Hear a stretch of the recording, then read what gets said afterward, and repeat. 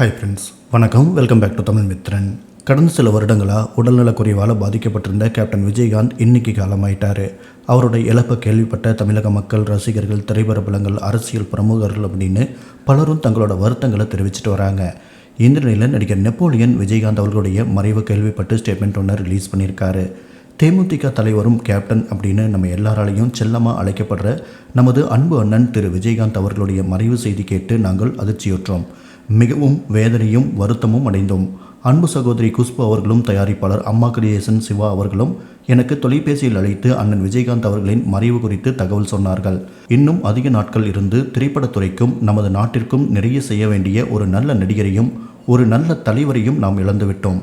அவரோடு நான் பழகிய நாட்கள், அவருடன் இணைந்து பணியாற்றிய படங்கள், நடிகர் சங்க அனுபவங்கள், நட்சத்திர இரவுகள் நடத்தி நிதி வசூல் செய்து நடிகர் சங்க கடனை அடைத்து கட்டிடத்தை மீட்டெடுத்தல் என எண்ணிலடங்காத செயல்களை எல்லாம் அவருடன் நண்பர் சரத்குமார் அவர்களும் நானும் உடனிருந்து கடினமாக உழைத்து வெற்றி கண்டு கடந்து வந்த பாதைகளை எல்லாம் எங்களால் என்றும் வாழ்நாளில் மறக்க இயலாது.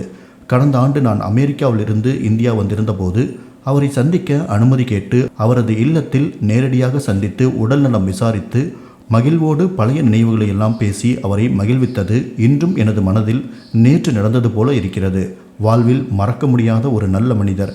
அவரை இழந்து வாடும் அவரது குடும்பத்திற்கும், அவருடைய நண்பர்களுக்கும், உற்றார் உறவினர்களுக்கும் மற்றும் அவரது ரசிகர்களுக்கும், தேமுதிக நிர்வாகிகளுக்கும், அனைத்து கட்சி உறுப்பினர்களுக்கும் எங்கள் குடும்பம் சார்பாக ஆழ்ந்த இரங்கலையும் வருத்தத்தையும் தெரிவித்துக் கொள்கிறோம். அவரது ஆத்மா சாந்தியடைய இறைவனை வேண்டிக் கொள்கிறோம் அப்படின்னு நெப்போலியன் தன்னோட இரங்கலை தெரிவிச்சிருக்காரு.